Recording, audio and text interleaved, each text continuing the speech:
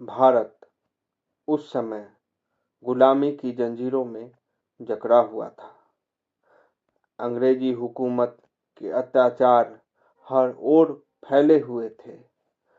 उसी दौर में 28 सितंबर 1907 को पंजाब के बगहा गांव में एक ऐसे बच्चे का जन्म हुआ जिसने आगे चलकर आज़ादी की लड़ाई को एक नई दिशा दी। उसका नाम था भगत सिंह। बचपन से ही भगत सिंह के मन में देशभक्ति की ज्वाला जल रही थी। वह बचपन से ही देश के लिए कुछ अच्छा करने का सपना देखा किया करता था। जलियांवाला बाग हत्याकांड ने उनके बाल मन को झकझोर दिया। वह उस मैदान को मिट्टी को माथे से लगाकर प्रण कर बैठे कि वे देश के लिए अपना जीवन समर्पित करेंगे।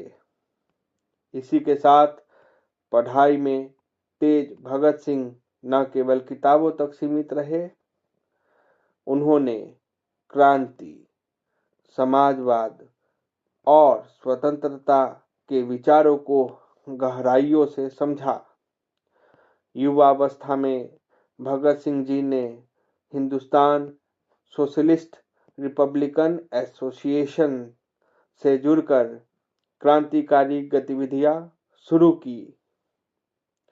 उनका उद्देश्य अंग्रेजों को हटाना नहीं था, बल्कि एक ऐसे भारत का निर्माण करना था जहां सामान्य और न्याय हो। 1928 में लाला लाजपत राय जी की मृत्यु से भगत सिंह काफी आहत हो चुके थे और उनके साथियों ने अंग्रेजी प्रशासन के खिलाफ निर्णायक कदम उठाने का निश्चय किया। फिर 1929 में उन्होंने बटुकेश्वर दत्त के साथ केंद्रीय विधानसभा में योजना बनाकर वहां पर स्मोक बम का प्रयोग किया, पर किसी को नुकसान नहीं पहुंचाया। उनका मकसद था बहरों को सुनाना। यहाँ पे बहरों अंग्रेज को कहा गया है। गिरफ्तारी के बाद भी भगत सिंह काफी निडर रहे। उन्हें न तो जीवन का कोई मोह था, न मृत्यु का कोई भय था। जेल में रहते हुए उन्होंने अपने विचारों से युवाओं को बहुत प्रेरित किया।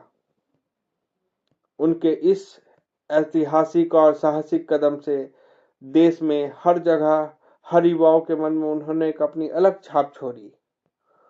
23 मार्च 1931 को भगत सिंह, सुखदेव एवं राजगुरु को फांसी देने का निर्णय आया और उस दिन समय से पूर्व ही उन तीनों को फांसी दे दी गई, परंतु उनका बलिदान व्यर्थ नहीं गया।